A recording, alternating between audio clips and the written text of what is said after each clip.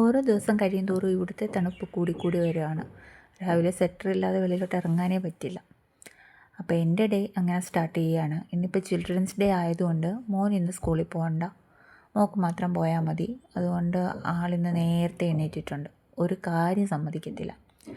പിന്നെ ഇന്ന് മോൾക്ക് സാധാരണ രീതിയിൽ സ്കൂളിൽ ജങ്ക് ഫുഡ്സ്, സ്നാക്സ് ഐറ്റംസ് ഒന്നും അലൗഡ് അല്ല. ഓൺലി ഫ്രൂട്ട്സ് അല്ലെങ്കിൽ ലഞ്ച് എങ്ങനെ പറ്റുള്ളൂ. പക്ഷേ ഇന്നെല്ലാം അലൗഡ് ആയതുകൊണ്ട് അവൾക്ക് വേണ്ടുന്ന ഐറ്റംസ് എല്ലാം എന്നെക്കൊണ്ട് എടുപ്പിക്കുകയാണ്.